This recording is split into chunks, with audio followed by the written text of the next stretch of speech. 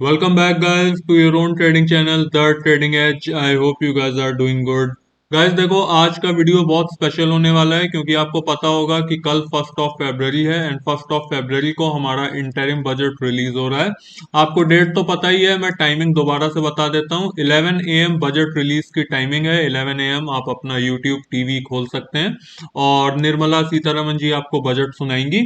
और गाइस देखो, इस वीडियो में निफ्टी बैंक निफ्टी डिस्कस करना इसलिए बेकार है क्योंकि आपको पता होगा कि बजट रिलीज वाले दिन निफ्टी बैंक निफ्टी का पूरा मोमेंटम बजट के अनाउंसमेंट पे ही टिका रहता है। 11 AM तक मार्केट आपको फ्लैट देखने को मिलेगी एंड 11 AM के बाद जैसे जैसे बजट आगे पेश किया जाएगा, जैसे जैसे रिलीज किया जाएगा, उसी हिसाब से निफ्टी और बैंक निफ्टी में आपको मोमेंटम देखने को मिलेगा।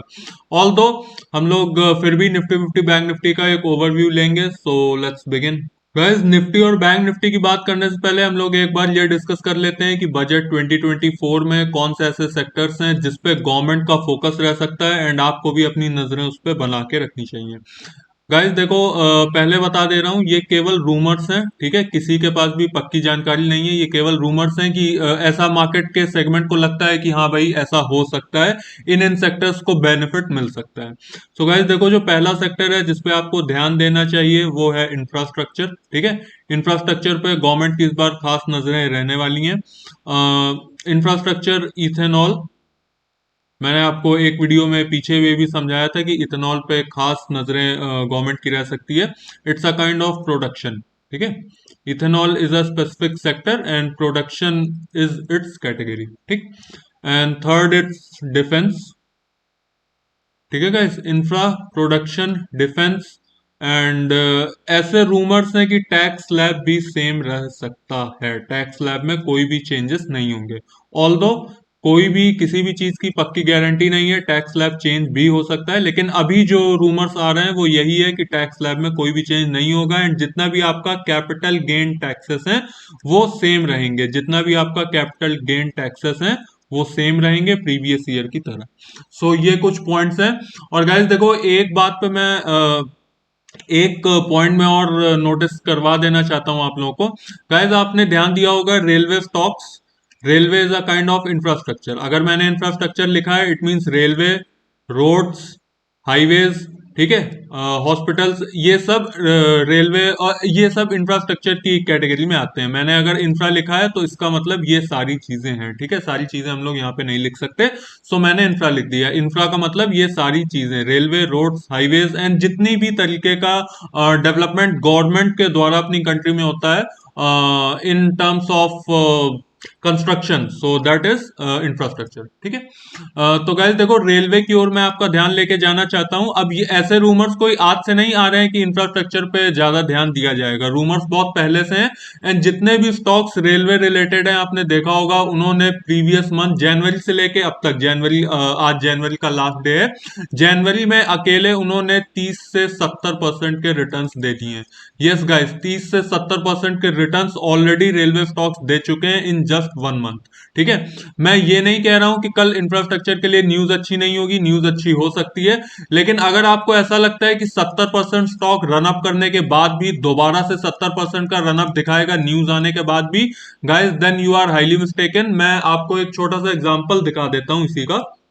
गाइस देखो, एग्जांपल्स की बात कर लेते हैं तो पहला एग्जांपल मैं आपको दिखाना चाहता हूँ रेल विकास निगम। बहुत फेमस स्टॉक है। आप अगर एक दिन का रिटर्न देखें तो ऑलमोस्ट इसने 4.3% के रिटर्न दिए हैं। आप अगर एक महीने का रिटर्न देखेंगे तो मैसिव 70% के रिटर्न ये दे चुका है। मतलब जनवरी महीने में अकेले इसने 70% के रिटर्न दिए हैं, ठीक है।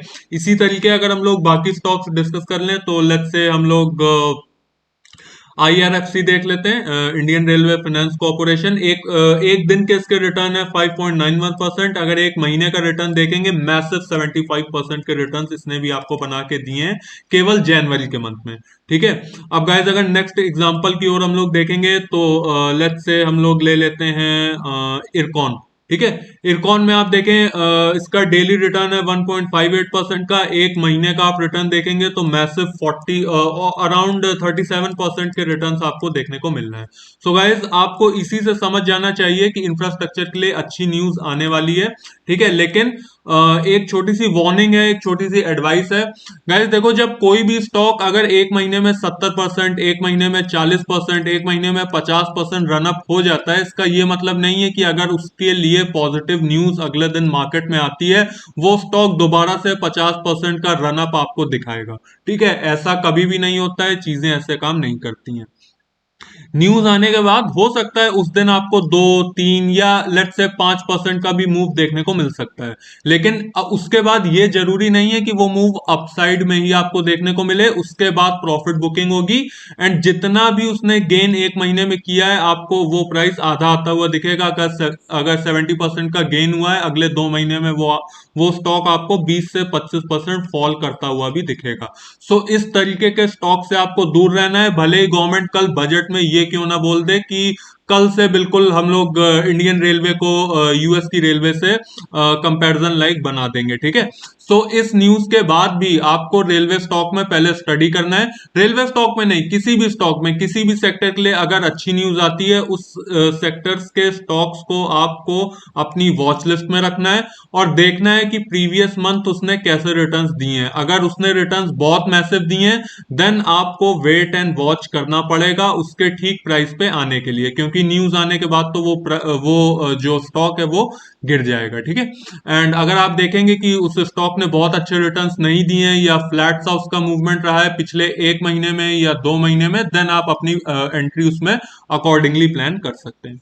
सो गाइज, ये एक छोटी सी एडवाइस है मेरी साइड से, क्योंकि ऐसा होता है कि जो नए लोग होते हैं वो बिल्कुल बजट आते ही उन्हीं सेक्टर्स के स्टॉक्स में घुस जाते हैं जिसके लिए पॉजिटिव न्यूज होती है। लेकिन गाइज आपको समझना पड़ेगा कि अगर पॉजिटिव न्यूज आई है अगर मार्केट में, उसके रूमर्स पहले से ही मार्केट में होंगे एंड बड़े प्लेयर्स ने पहले से उसमें एंट्री बना के रखी होगी, एंड न्यूज आने के दिन वो उससे निकल जाएंगे और आप हायर प्राइस पे फंसे रह जाएंगे।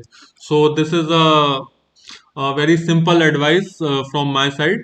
ठीक है गाइस, अब देखो, अगर निफ्टी बैंक निफ्टी की बात कर लें तो देखो, अगर प्रीवियस बजट की बात की जाए तो मैंने उस दिन भी आपसे कहा था कि बैंक की निफ्टी 50 में आपको 5% का जंप देखने को मिला था, एंड बैंक निफ्टी में आपको 10% का जंप देखने को मिला था। एंड मोस्टली जितना भी बजट जब भी रिलीज होता है, आपको मोस्टली मार्केट अपसाइड ही दिखाते हुए दिखती है। सो कल भी मुझे ऐसी उम्मीद है कि मार्केट अपसाइड दिखाते हुए दिखेगी, ऑल्दो कोई गारंटी नहीं है, लेकिन फिर भी एक पॉजिटिव आउटलुक होता है कि हाँ भाई, बजट वाले दिन तो मार्केट पॉजिटिव ही रहेगा। सो फिलहाल अगर मैं रेजिस्टेंस की बात करूं निफ्टी 50 के, तो वो है 22,000 का लेवल। इनफैक्ट 22,000 से पहले 21,800 पे भी निफ्टी 50 का रेजिस्टेंस है। अगर 21,800 ब्रेक होता है एंड अगर 22,000 ब्रेक होता है, गाइस निफ्टी 50 का ये जो गैप बचा हुआ था, इस गैप को भरने से कोई नहीं रोक सकता, एंड आपको सॉलिड अपसाइड देखने को मिलेगी कल के दिन। ठीक है गाइस, अगर बैंक निफ्टी की बात कर ली जाए तो देखो, सेम चीज, अगर निफ्टी 50 के लिए मेरा व्यू कल के लिए पॉजिटिव है, तो बैंक निफ्टी के लिए भी पॉजिटिव है। ऑल्दो सब कुछ बजट पे डिपेंड होता है, लेकिन एक हिस्ट्री होती है जो रिपीट होती है हर बार। सो बजट वाले दिन मार्केट पॉजिटिव ही रहा है, तो बैंक निफ्टी में भी आपको एक पॉजिटिव मूव देखने को मिल सकता है। अगर रेजिस्टेंस की बात की जाए बैंक निफ्टी की, तो सबसे बड़ा रेजिस्टेंस 46,000 के लेवल पे है, एंड 46,000 उसने आज ही ब्रेक किया था, लेकिन सस्टेन नहीं हो पाया। लेकिन गाइस, कल जैसा भी मार्केट रहता है, बजट आने के बाद आपको 46,000 के ऊपर बैंक निफ्टी ट्रेड होता हुआ दिखेगा, एंड अगर इसमें भी मोमेंटम आया तो बैंक निफ्टी में तो आप मान लीजिए कि 1,000 से 1,200 पॉइंट कहीं भी नहीं गए हैं। सो गाइस, कल ऐसा नहीं है कि बिल्कुल दुबक के आपको पीछे बैठना है, क्योंकि मार्केट में वॉलेटिलिटी ज्यादा रहेगी। वॉलेटिलिटी रहेगी, अप डाउन मूवमेंट आपको देखने को मिलेगा, लेकिन आपको पता होना चाहिए कि आपको कहां पे ट्रेड प्लेस करनी है एंड कहां पे एग्जिट लेना है। ठीक है, बिल्कुल भी घबराना नहीं है, क्योंकि मैं समझ सकता हूं कि बहुत सारे ट्रेडर्स के लिए ये पहला बजट है। ठीक है, सो पहला बजट होने के नाते आपको थोड़ा केयरफुल रहना चाहिए, लेकिन फियरफुल नहीं रहना चाहिए। ठीक है, केयरफुल रहना अच्छी बात है, लेकिन फियरफुल रहना अच्छी बात नहीं है। अगर आप पहले ही बजट में ट्रेड नहीं करेंगे तो आपको एक्सपीरियंस नहीं मिलेगा। सो छोटी क्वांटिटी के साथ ट्रेड कीजिए, आपकी जो क्वांटिटी हो वो छोटी हो, एंड एसएल भी आपका छोटा हो। ठीक है, एंड जैसे जैसे टारगेट आता जाए आप उसे ट्रेल करते जाइए। सो बैंक निफ्टी और निफ्टी 50 दोनों के लिए मेरा व्यू पॉजिटिव है। 46,000 मेरा बैंक निफ्टी के लिए इंपॉर्टेंट रेजिस्टेंस है। अगर 46,000 ब्रेक होता है, आपको सॉलिड अपसाइड देखने को मिलेगी एटलीस्ट 1,000 पॉइंट्स की। ठीक है, so this is the prediction for Nifty and bank Nifty.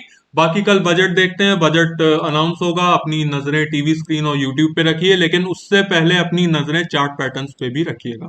ठीक है गाइस। अब देखो, अगर आईपीओ की बात कर लें, आईपीओ मैंने कल आपके साथ एक डिस्कस किया था जिसका नाम था BLSE सर्विसेज। सर मैंने आपसे बोला था कि मैं इसमें डिफरेंट डीमैट से अप्लाई भी करूंगा। तो गाइस देखो, आप देख सकते हैं कि सॉरी दिस, यस, कि दूसरे दिन इसका सब्सक्रिप्शन ऑलमोस्ट 43 टाइम्स के पास हो गया है। ठीक है, एंड दूसरे दिन अगर 43 टाइम्स के पास सब्सक्रिप्शन है, आप समझ लीजिए कि कल इसकी क्लोजिंग है। 1 फरवरी को इसकी क्लोजिंग है, एंड 1 फरवरी तक आपको एटलीस्ट इसमें लेट्स से 100 टाइम्स का सब्सक्रिप्शन देखने को मिलेगा। और अगर गाइज इसका जीएमपी देख लें, जीएमपी देख के भी आप सरप्राइज हो जाएंगे, क्योंकि जीएमपी भी इसका जीएमपी ये, यस, जीएमपी भी इसका 125% पे चल रहा है। एंड आपको पता होगा कि आज नोवा, हाँ नोवा, नोवा एग्रीटेक की आज लिस्टिंग थी, एंड लिस्टिंग 40% के गेन पे हुई है, एंड स्टॉक अभी भी अपर सर्किट में है, जिसका अलॉटमेंट हम लोग को नहीं हुआ था, मुझे नहीं हुआ था, मैंने आपके साथ शेयर भी किया था। सो गाइज, इसका जीएमपी 125% पे चल रहा है। ये आईपीओ बिल्कुल छोड़ना नहीं है, आपको हर डीमैट से अप्लाई करना है, एंड इसमें अच्छे लिस्टिंग गेन्स होंगे आपको। ठीक है, अगर आपका अलॉटमेंट आ जाता है तो। सो गाइज, ये बात हो गई आईपीओ की, बजट की, मैंने सेक्टर्स बता दिए, एंड क्या आपको बैक ऑफ द माइंड रखना है, कौन सा प्रिकॉशन रखना है, वो भी मैंने आपको बता दिया है। So I hope you like the video. If you like the video guys, then share it with your friends and subscribe to my channel guys. Bye bye for now.